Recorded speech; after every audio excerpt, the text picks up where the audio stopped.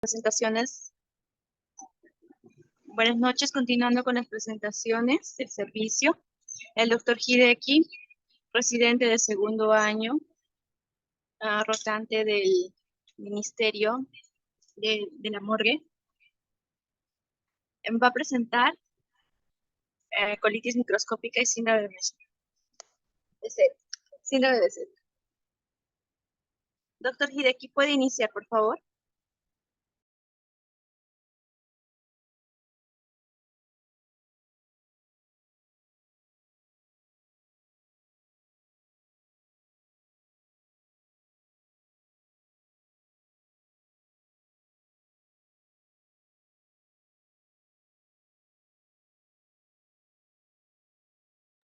Doctor Hideki, no se le escucha.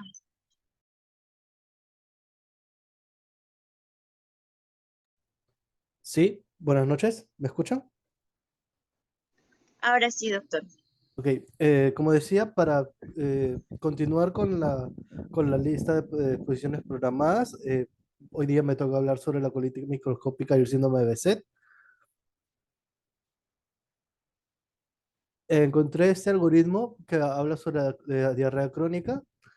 O sea, entonces, básicamente se describe como o sea, como más de más mayor o igual a 3 cámaras al día durante más de 4 semanas y se dividen entre si son inflamatorias o no inflamatorias. Y conforme vamos hablando, vamos a poder ponerlas dentro de alguna de estas clasificaciones un poco o sea, de una manera más sistemática. Eh, la colitis microscópica eh, es una, para empezar por el tiempo, se diagnostica como perdón, fue diagnosticada en un principio como una diarrea acuoso crónica que presentaba sigmoidoscopía normal y enema opaco, pero en las muestras de biopsia mostraba signos de inflamación. Luego, otro grupo de colaboradores con Kingman observaron una inflamación crónica en la lámina propia, con una distorsión mínima en las criptas y una reducción del número de células caliciformes. Ya se estaba usando para ese entonces, para los 1980, un término colitis colagenosa para los pacientes que tengan una diarrea crónica acuosa y que mostraran engrosamiento de la capa del colágeno subepitelial. Y también ya se estaba observando que esta inflamación, este término colitis microscópica era un poco confuso porque sí hay células inflamatorias como un componente normal en el colon. Finalmente, ya con los años eh, se va afinando mucho más este diagnóstico y se define como la presencia de un aumento de linfocitos superficiales y en las criptas, que va a ser digamos que la característica de estas enfermedades. Ahora, si bien la colitis microscópica es un término que se suele referir a una colitis colágeno-linfocítica, hay otras causas de colitis que podrían mostrarse como normalmente, pero con una colonoscopia normal, pero sí tener una inflamación, algún cierto grado de inflamación, ya cuando lo vemos en el microscopio. Entonces, la primera que quería mencionar es la colitis colagenosa. Hay una incidencia eh, europea en Suecia y España, más o menos de 0,6 a 5,2 por cada 100.000 individuos. Es más en Norteamérica, eh, es de 3,1, está también dentro del rango, es mayor en mujeres que en hombres y suele ser diagnosticados en un promedio de los 63 años, 63,8, 64 años. Y presentan una asociación significativa con otras afecciones inmunológicas, la tiroiditis, con una artritis reumatoide y otros trastornos como el síndrome de Raynaud y la enfermedad celíaca. Si bien es una presentación, la presentación típica clínica es una diarrea crónica, acuosa y sin sangre, que ha permanecido durante al menos 24 meses antes del diagnóstico. Y suele presentar dolor abdominal, incontinencia fecal, tenesmo y pérdida de peso. Hay una leucocitosis fetal que está presente hasta en el 55% de los pacientes y hay unos marcadores autoinmunes que pueden ser positivos, incluidos los antinucleares, los ANCA-P, el factor reumatoideo y los complementos C3 y C4. Ah, perdón, hay un error de tipo aquí. Es C3 y C4. La causa aún sigue siendo desconocida. Eh, la hipótesis más aceptada es que hay una respuesta inflamatoria a elementos dietéticos o bacterianos intraluminales. Dentro de ellos se han mencionado algunos medicamentos como los AINE, los inhibidores de la bomba de protones, las estatinas, los inhibidores selectivos de la carotida, entre otros. ¿Mm? Y lo que se propone es que estos medicamentos, como los AINES, provocan lesiones en la mucosa y eh, estos antígenos pueden penetrar a la lámina propia y hay una respuesta inflamatoria.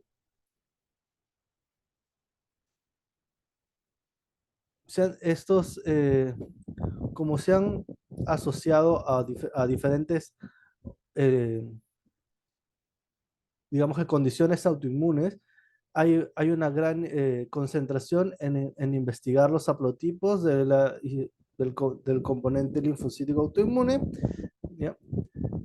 Y se ha descontrado que los pacientes con colitis linfocítica presentan, perdón, la colitis linfocítica es la otra condición, pero o sea, en la literatura casi siempre los mencionan juntos porque hay cierto grado de sobrelapamiento, pero ya lo vamos a ver un poquito después. Entonces, hay marcadores, hay una expresión anormal de los locis del HLA, DR y del DQ, tanto en la linfocítica como en la colagenosa, y también se ha postulado que hay una mala absorción de los ácidos biliares. ¿Ya? Eh, Se ha observado una predisposición familiar y una posible etiología infecciosa, dentro de las cuales podemos mencionar el Campylobacter jejuni, la ricina enterocolítica y el Clostridium difficile. En el colon normal hay una banda de colágeno que está compuesta por colágeno tipo 4, mientras que la colitis colagenosa está compuesta por colágeno tipo 6, tenacina y una menor cantidad de colágeno tipo 1 y 3. La tenacina es una proteína que sintetiza los miofibroblastos subepiteliales intestinales y alteraciones en la función puede conducir a un aumento de la síntesis o una disminución de la degradación. La diarrea de la colitis colágenosa y linfocítica es del tipo secretor y probablemente se eleva a la lesión epitelial directa. Y la gravedad de la inflamación se ha relacionado con una disminución de la absorción del líquido colónico. En cuanto a los hallazgos, vamos a ver macroscópicamente que es un colon de apariencia normal. Pueden aparecer eritema parcheado, edema, friabilidad y un patrón vascular e incluso selecciones francas. Hay unas pseudomembranas y roturas lineales en la mucosa, como en el colon le llaman el colon en arañazo de gato. Y también que esto puede ser por el trauma, consecuencia de la presión, por la insuflación de aire en el colon, junto al traumatismo del endoscopio. Y en la colitis colagenosa es especialmente propensa al traumatismo endoscópico e incluso la perforación. Entonces en esta imagen vemos el colon en arañazo de gato con estas líneas, con esas lesiones lineales, sanguinolentas y edematósas, con, y tenemos estas lesiones en la figura B, tenemos lesiones cicatriciales que son cicatrices, son lesiones cicatrizadas de estos arañazos de gatos antiguos. En cuanto a los hallazgos microscópicos, vamos a ver que hay una conservación de la arquitectura de las criptas, más un aumento de células inflamatorias especialmente en la mitad superficial y la degeneración del epitelio superficial. Pero el hallazgo patognomónico es la presencia de una capa de colágeno subepitelial engrosado irregular que suele tener un grosor de 10 micras, perdón, superior a 10 micras, con un rango entre 20 y 60.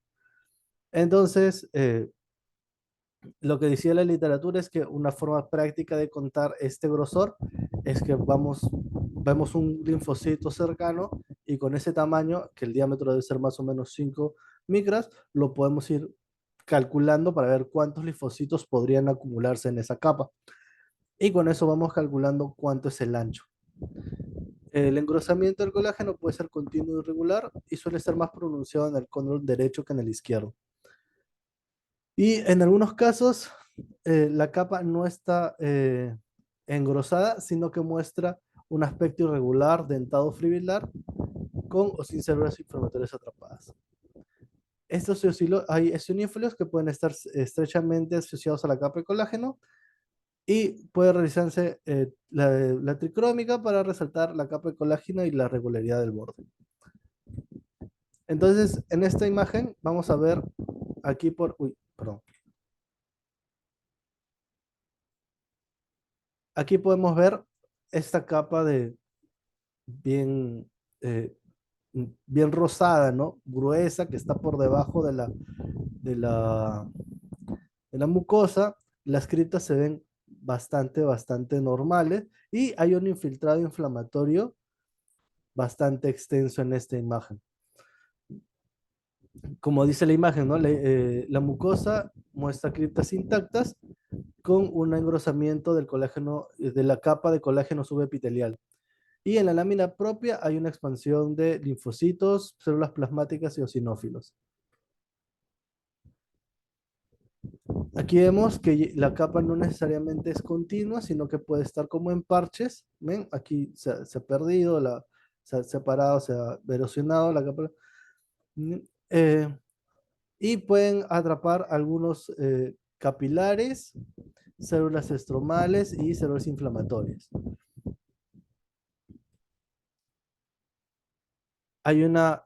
Esta colitis puede tener un mínimo engrosamiento de de la capa de colágeno, ¿ya? Que no necesariamente es continuo, ¿no? Pero si vemos aquí este infiltrado inflamatorio con estas células más rosadas que deberían de ser los eosinófilos. Se puede usar tricrómica para ver este engrosamiento de la capa de colágeno. Se va a teñir de azul y no es una línea continua, sino es más como irregular, más cortada.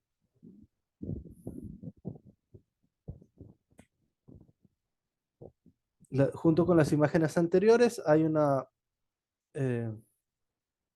ulceración, hay una pérdida del material que llega hasta la lámina propia, que también es común encontrarlo en la colitis colagenosa, y la presencia de células gigantes. Perdón, se ha movido un poquito la foto, pero si notamos aquí si notamos aquí, vemos la presencia de células gigantes atrapadas dentro de esta capa de colágeno. En cuanto a la historia natural y el tratamiento, suele ser variable. Suelen los pacientes presentar periodos de exacerbación y remisión. Hay una remisión clínica espontánea en el 25% de los pacientes. Y con el uso de budesonida hay una reducción, una normalización completa hasta un 69.2% de los pacientes y una reducción parcial en el 31% de los casos. Esta reacción se acompaña de una disminución del grosor de la capa de colágeno desde 19 micras hasta 14 micras en un periodo de 24 meses. Y aquellos que tienen una menor duración de la enfermedad, siendo el corte 6 meses, tienen una mayor probabilidad de remisión completa. Y como se mencionó antes, La mucosa suele ser bastante friable, por lo que hay algunos, en raras ocasiones, pueden experimentar una perforación intestinal luego de la colonoscopia o el enema de ovario. Entonces, como para resumir, la colitis colagenosa es una colitis con características anormales del, del depósito de colágeno subepitelial. Ocurre de 1 a 2.3 personas por cada 10.000 y usualmente se afecta todo el colon, pero en el lado izquierdo es más notorio. Suelen ser predominantemente mujeres, el promedio de edad es 59 años y suele ser una diarrea acuosa con una endoscopia, colonoscopia normal o casi normal, y la mayoría de los pacientes responden a la medicación, a la diarrea antiterapia y a la budesonida. Y dentro de los hallazgos macroscópicos vamos a ver que hay como les digo, raramente hay, perdón, es raro, pero podrían aparecer estas úlceras lineales o pseudomembranas. Y en los hallazgos microscópicos vamos a ver un engrosamiento irregular del colágeno subepitelial que atrapa capilares y linfocitos y otras células inflamatorias. Hay hay un aumento de los linfocitos intraepiteliales infiltrando la lámina propia, y pueden haber eh, algunos focos de criptitis o neutrófilos en la superficie del epitelio. La, la distorsión de las criptas y las células de Panet, perdón, y la metaplasia de glándulas pilóricas o células de Panet puede ocurrir, pero es mínimo. Y también nos dan los diagnósticos diferenciales, dentro de los cuales está el otro tipo de colitis microscópica, que es la colitis linfocítica, que es la que voy a hablar a continuación. Entonces, en la colitis linfocítica, igual, encontraron un grupo con colitis microscópica que mostraban linfocitosis intraepitelial en las muestras de biopsia. Los estudios europeos dan la tasa de incidencia de 1.1 a 3.1 por cada 10.000, y en Norteamérica los estudios han indicado que ha aumentado hasta 5.5 por cada 100.000 entre el 85 y el 2001. Este también se produce en adultos mayores, también es más frecuente en mujeres, y sí se han descrito algunos casos raros en niños. Igual que la colitis colagenosa, la causa sigue siendo desconocida, pero sí se han asociado muchos fármacos. El extracto de ranitidina rhuscus, igual los inhibidores de la bomba de protones, los bloqueadores de los receptores beta adrenérgicos, estatinas, bifosfonatos, entre otros. Hay una asociación entre la colitis linfocítica y la enfermedad celíaca, y si bien pueden, o sea, esta teoría, si bien sugiere la posibilidad de que ocurran mecanismos similares, los pacientes no responden bien a la dieta sin gluten. También hay haplotipos asociados a la enfermedad celíaca, pero se han observado una mayor incidencia del haplotipo HLA-A1 en los pacientes con colitis linfocítica. En cuanto a las características, vamos a encontrar pacientes con colitis, con una mucosa de aspecto normal. Se puede ver algo de eritema en la mucosa, congestión y disminución de las marcas vasculares. Y algunas veces es raro, pero se produce alguna ulceración como consecuencia de las infecciones superpuestas o algunas reacciones a fármacos. La colitis linfocítica puede tener una distribución difusa o irregular y es más grave del colon derecho que del izquierdo. En el 8% de los casos llegan hasta el recto. La característica es, de la lesión es una lesión superficial con un aumento de linfocitos intraepiteliales. Normalmente se cuentan más de 20 por cada células epiteliales superficiales. Y esto es la característica principal. La arquitectura de las criptas suele ser normal o casi normal, y los eosinófiles están ausentes o pocos numerosos, en contraste con la colitis colagenosa. En los casos clásicos hay una linfocitosis marcada y no se necesita enumerar. Pero cuando se ve en los casos límite o borderline, hay que cuantificar los linfocitos, en especial entre las criptas. Si bien en la colitis linfocítica se han descrito rasgos similares a lo de enfermedad inflamatoria intestinal, como criptitis, abscesos de las criptas, metaplasia de la célula de Panetta, irregular arquitectónica de las criptas, pero suelen ser focales y leves cuando están presentes. Igual, estos hallazgos pueden ser focales y parciados y se asocian a células gigantes. Entonces, en este caso vemos en la imagen que la mucosa colónica superficial, si bien vemos cómo está todo tomado por un infiltrado inflamatorio, ¿ya? La capa de colágeno se ve delgada, se ve regular. A mayor aumento, vemos que todos son células inflamatorias. Si lo comparamos con la otra imagen, aquí se deben de ver, que se veían algunos eosinófilos, aquí rara vez se puede diferenciar alguno. Y dentro de la colitis linfocítica hay alguna que se llama de cambios mínimos, y solamente hay un leve aumento de la linfocitosis intraepitelial. Ya suele aparecer en jóvenes y es menos probable que hayan tenido una pérdida frecuente, una pérdida de peso reciente. El grado de linfocitosis intraepitelial oscila de 7 a 20 por cada 100, y vamos a ver el aplanamiento epitelial, la degeneración y el desprendimiento y la depresión de mucina son menos prominentes. Hasta ahora no lo definen bien si el patrón de linfocitosis representa un tipo de infección en resolución o es una fase temprana evolutiva de la colitis linfocítica. Entonces, como lo menciona el libro, vemos que si bien vemos algunas células inflamatorias, también en las criptas, no se ve tan marcado como la imagen anterior. Es una colitis linfocítica paucicelular.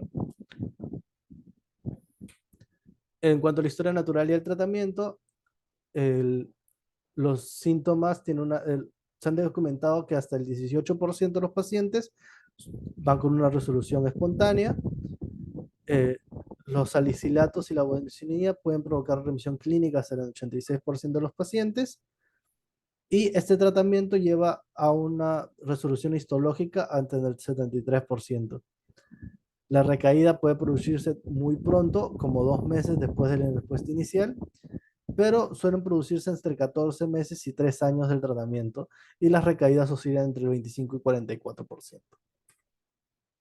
Entonces, igual que el anterior, vamos a mencionar el cuadrito para el resumen más conciso. Igual, hay un aumento de los linfocitos intraepiteliales, ocurre de 3.1 por cada 100.000 habitantes. Usualmente ocurre en todo el colon, pero podría tener una afección más distal.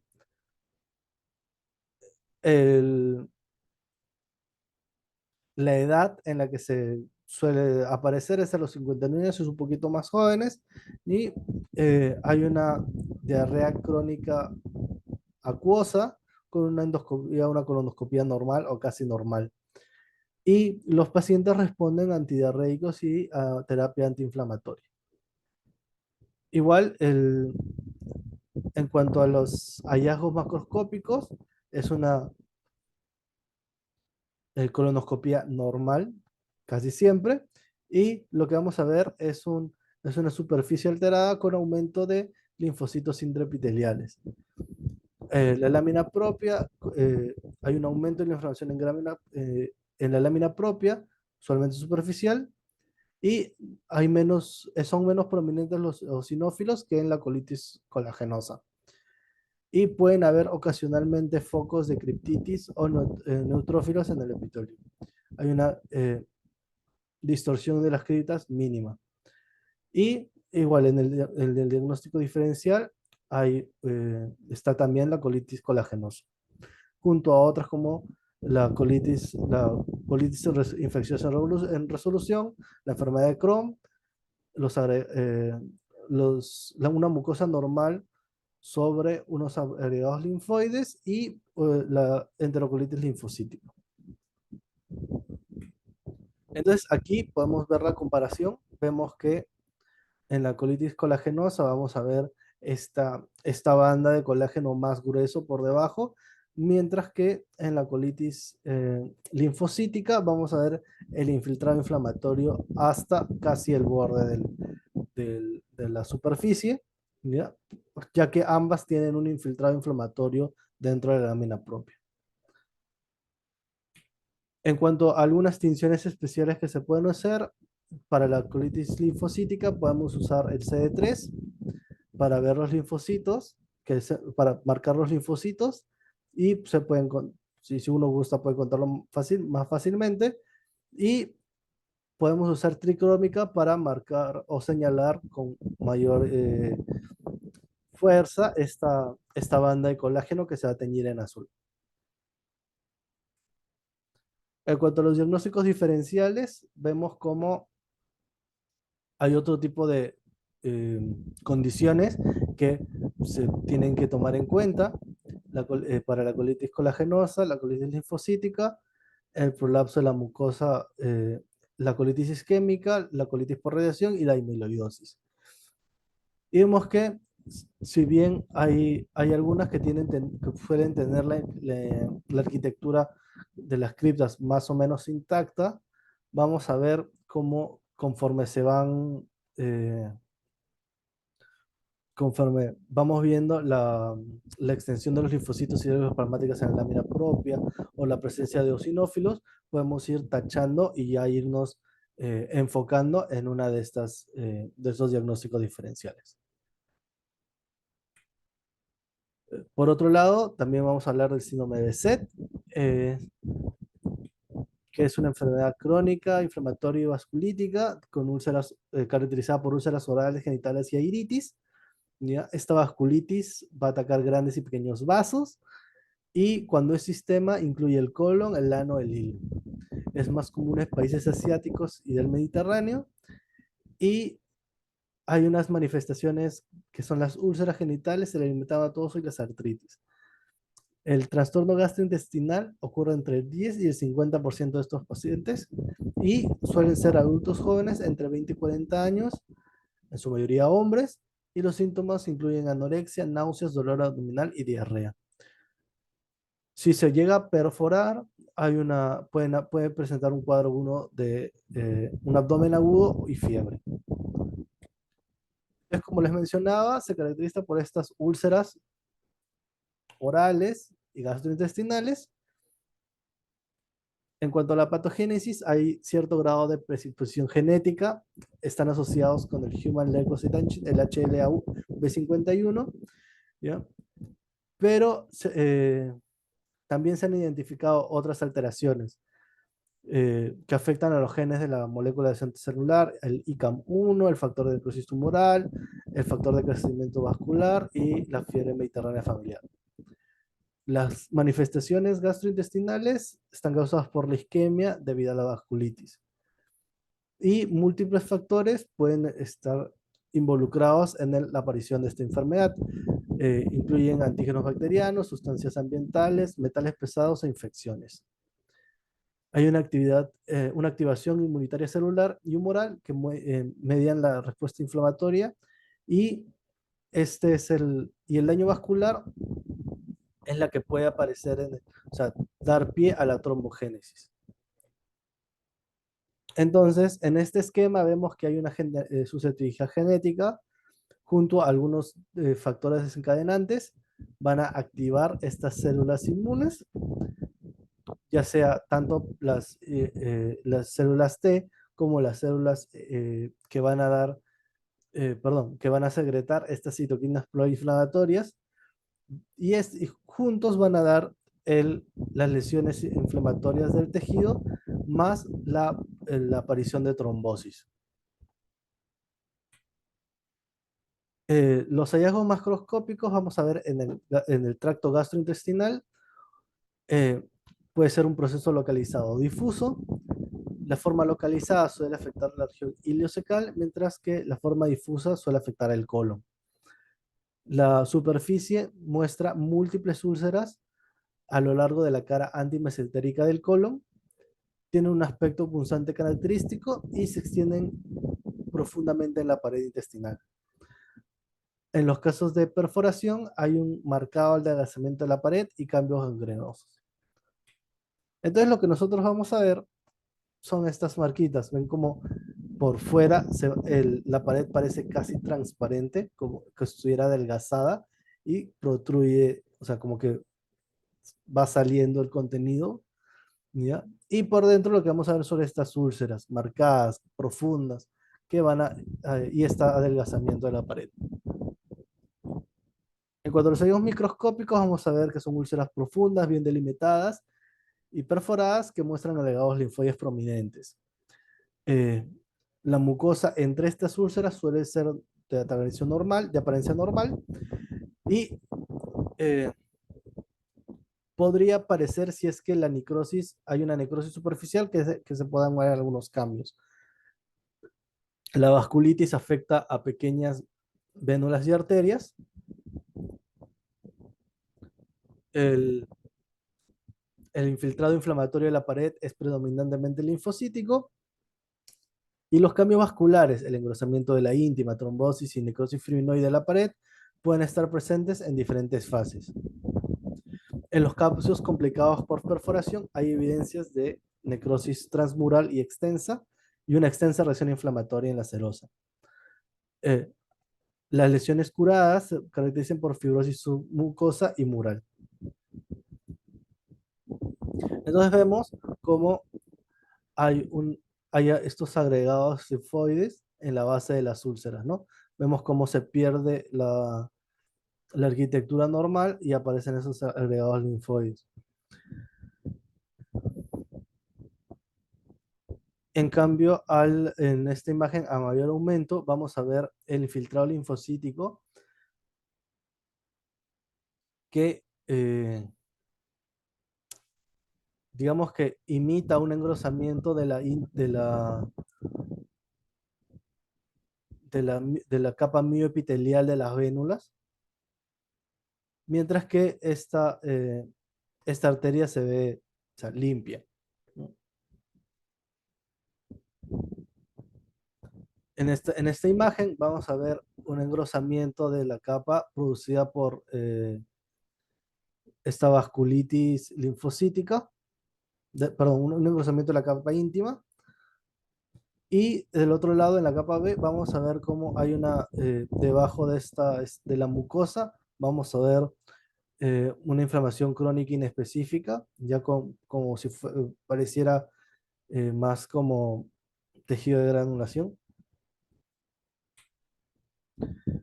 En cuanto a los diagnósticos diferenciales, se tiene que tomar en cuenta la enfermedad de Crohn, ya que ambas presentan úlceras, tanto la lesión oral y genital. Hay unos granulomas que aparecen en la enfermedad de Crohn que están ausentes en el signo de Seth, no se van a ver. Y la mucosa adyacente a las úlceras en el síndrome de Seth pueden mostrar cambios isquémicos, pero no se muestran como una lesión crónica. Y los vasos mesentéricos de la enfermedad de Crohn pueden mostrar hiperplasia miointimal y engrosamiento de las paredes vasculares. La vasculitis linfocítica y la nefrosis fibrinoide son extremadamente inusuales y deben llevar a la investigación de un trastorno vascular primario. En cuanto a la historia natural y el tratamiento, la afección gastrointestinal, el síndrome de Behçet, se asocia a un mal pronóstico. La forma preferida de tratamiento es la combinación de esteroides, AINES y agentes inmunosupresores. Entre el 5 y el 10% requieren tratamiento quirúrgico y suelen ser pacientes que han sido, que suelen experimentar recidivas o que ya llegaron a la perforación intestinal o fístulas. La recidiva suele producirse en los 2 años siguientes a la intervención quirúrgica y, y se caracteriza por la aparición de úlceras en el estroma o la zona anastomótica o en el estoma o la zona anastomótica o en sus proximidades. Gracias, eso es todo.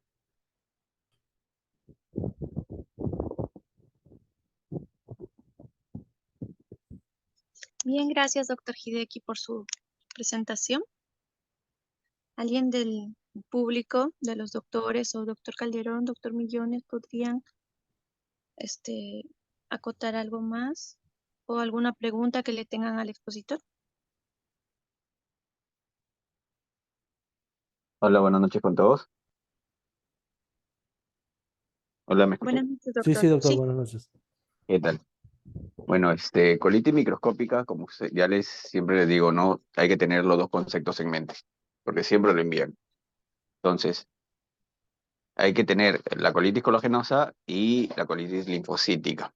Entonces, ahorita he visto dentro de la exposición un dato muy esencial que ha dicho Hideki, ¿no?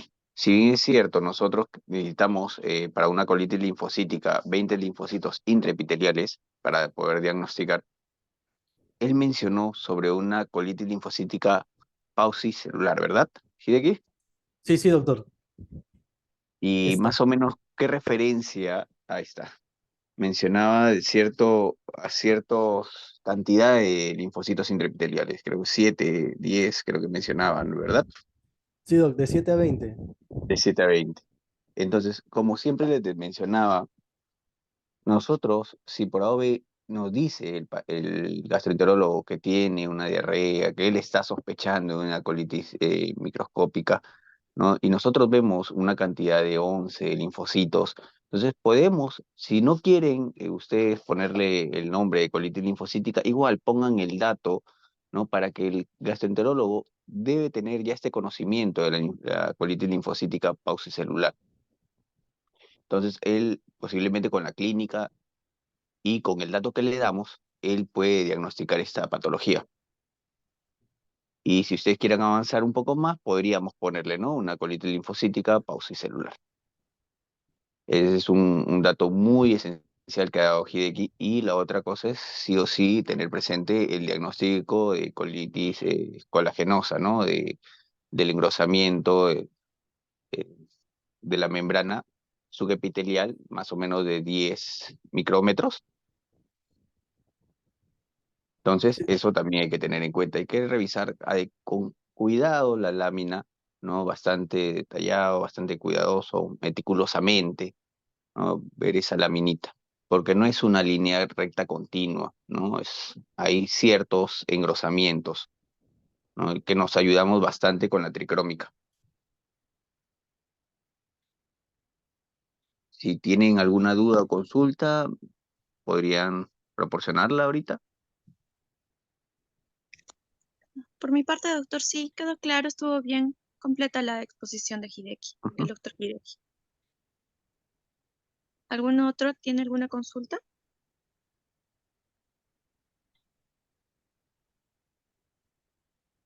No, creo que no. Sí, sí, doctor. Pues, Bueno, sí, estuvo bien su exposición del doctor. estuvo Pero interesante, ¿no? sí, La parte ujú. de linfocitos. Ya. Gracias, doctor. Gracias, doctor, por estar presente. Gracias, doctores, por estar también conectados.